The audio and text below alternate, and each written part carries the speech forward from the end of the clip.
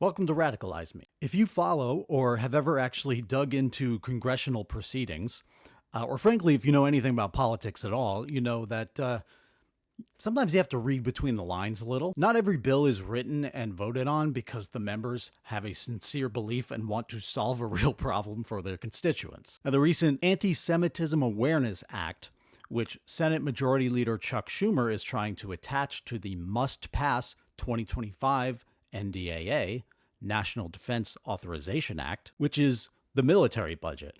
And the fact that it's must pass not only tells you all you need to know about our government's priorities, but it allows senators and congresspeople to exploit it to pass nefarious shit, whether or not it's military related. So what's wrong with the Anti-Semitism Awareness Act? Let's read from Section 3, Findings. Congress finds the following. Anti-Semitism is on the rise in the United States and is impacting Jewish students in K-12 schools, colleges, and universities. 2. The International Holocaust Remembrance Alliance, referred to in this act as the IHRA, working definition of anti-Semitism, is a vital tool which helps individuals understand and identify the various manifestations of anti-Semitism. 3. On December 11th, 2019, Executive Order 13899 extended protections against discrimination under the Civil Rights Act of 1964 to individuals subjected to anti-Semitism on college and university campuses and tasked federal agencies to consider the IHRA working definition of anti-Semitism when enforcing Title VI of such act. Okay. So there's a lot of words there. Basically, this bill would have Congress officially adopt this IHRA definition of anti-Semitism. What is that? Well, there's a fairly long list of what that includes. Link in comments. Some of which is pretty uncontroversial, like, quote, calling for, aiding, or justifying the killing or harming of Jews in the name of a radical ideology or an extremist view of religion, unquote. That's fair.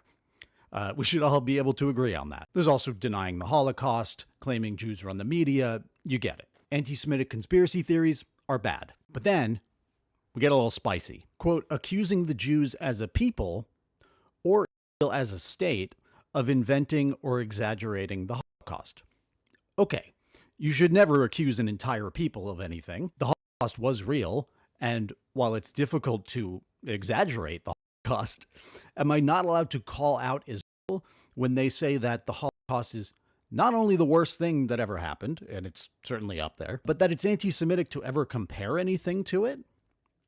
If we can't compare anything to the Holocaust, then why do we learn about it and say never again? I'd like to prevent anything like the Holocaust from happening again, but I don't know how to do that if I can't say, damn, remember the Holocaust?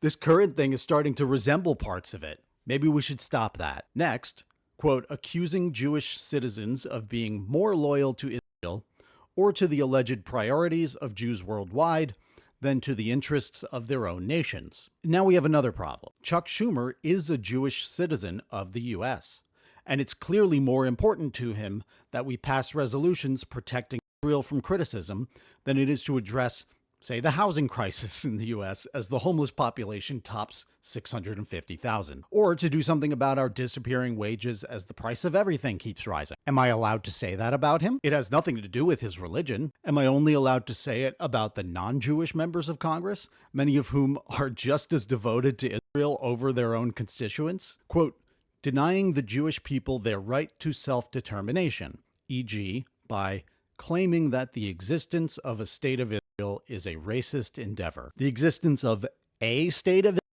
like a hypothetical one that isn't a racist endeavor, even putting aside the fact that ethno-states are necessarily racist, there is currently a state of Israel, and in practice, it is very and quite racist. Quote, drawing comparisons of contemporary Israeli policy to that of the Nazis. I'm happy to stop making those comparisons as soon as they stop doing Nazi shit. Quote, applying double standards by requiring of Israel a behavior not expected or demanded of any other democratic nation. I don't know if you've noticed, But this is not the first time that leftists have criticized so-called democratic nations. That's my problem with all of this. Our government sure seems to be embracing this IHRA definition in response to the actions of the pro-Palestine movement over the past year. They say we're allowed to criticize Israel as long as we don't have a double standard. But we haven't had a double standard. That's why many of us have tried to include Congo, Sudan, Puerto Rico, Native Hawaiians, and others in this conversation. Sadly, with little success. They say they're passing this bill to address a rise in anti-Semitism, but over the past year, they've called us anti-Semitic for saying Free Palestine, vandalizing bomb factories, correctly saying AIPAC has bought off our Congress, and correctly pointing out Israel's war crimes. Likely, none of this would be happening if Israel wasn't committing a genocide and there wasn't a large movement in the US and abroad calling it out. The carve-out is meaningless. It's the same problem with the recent Twitch rule change. They banned the use of the word Zionist as a slur, but said it's still okay to use it in the political sense. But the political sense is how people use the word. Right-wing creators have accused leftist streamers, especially Muslims like Hasanabi and Frogan, of using it as a slur, and their mass reporting of leftist creators led to the rule change. But they're not using it as a slur. So don't tell me the rule change is not simply another tool in the right-wing arsenal to mass report leftists. One other analogy that comes to mind is the abortion ban exceptions. Every time lunatic Republican state legislatures pass an abortion ban, they say, but there are exceptions for rape, incest, and the life of the mother.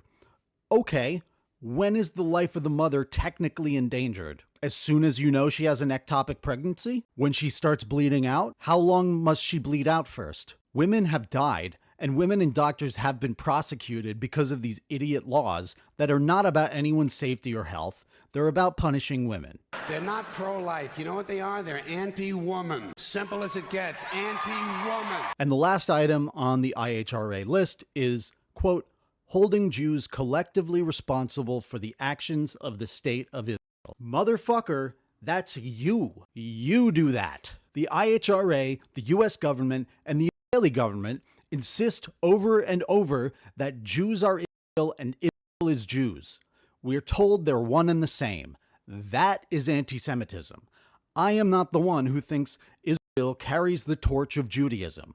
I can't think that because I've spent plenty of my life in the US living amongst Jews, and I'd never associate them with the genocidal actions of foreign governments. I don't believe that Jews just belong in one little corner of the Middle East because I've had Jewish friends, family members, neighbors, classmates, and coworkers and have enjoyed too much Jewish comedy, music, TV, and movies to believe that they don't belong here, where they've built their lives and contributed to the awesome mosaic of American culture. But that's just me. So the Anti-Semitism Awareness Act essentially makes it illegal to criticize Israel. And Democrats can't wait to pass it, with 2 months to go before Trump takes office. Chuck Schumer, who normally won't lift a finger to whip votes on minimum wage increases, Build Back Better, codifying Roe v. Wade, or really anything good, has suddenly figured out how to wield political power.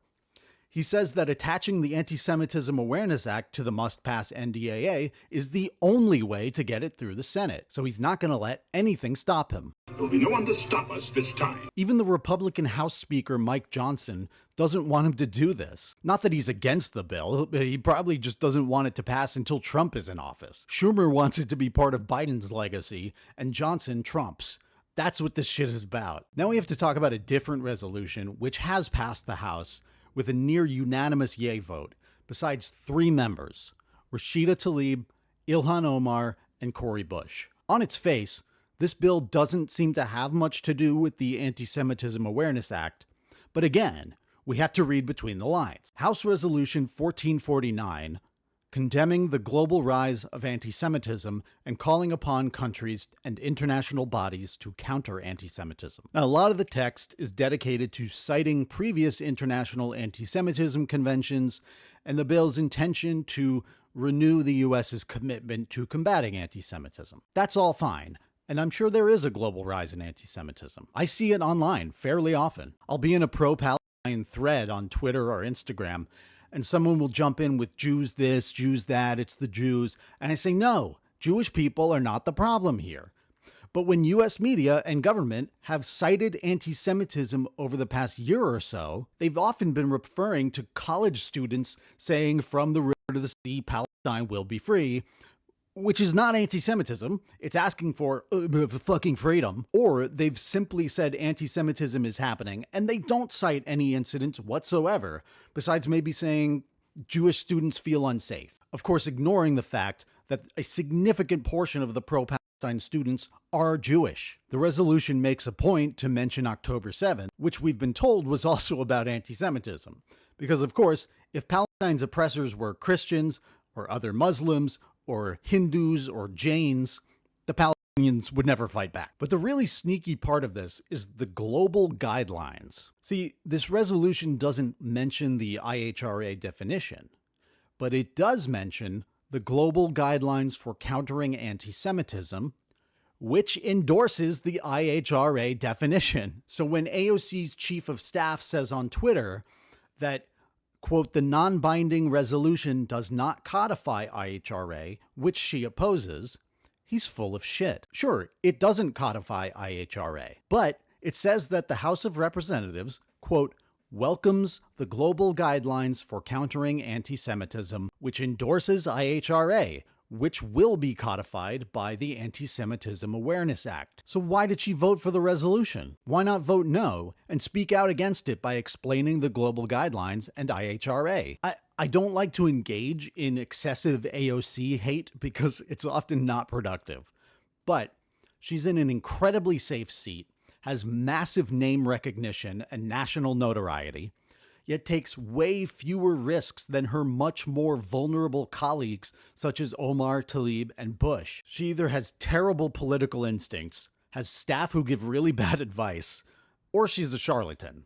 Again, though, not to single out AOC too much, because Democrats in general seem all too happy to set the stage for Trump's return to the White House. 15 Democrats, including Mr. Resistance himself, Adam Schiff, voted with Republicans to empower the Treasury to label any nonprofit a terrorist-supporting organization with no evidence presented publicly, mind you, sound familiar, and revoke their tax-exempt status.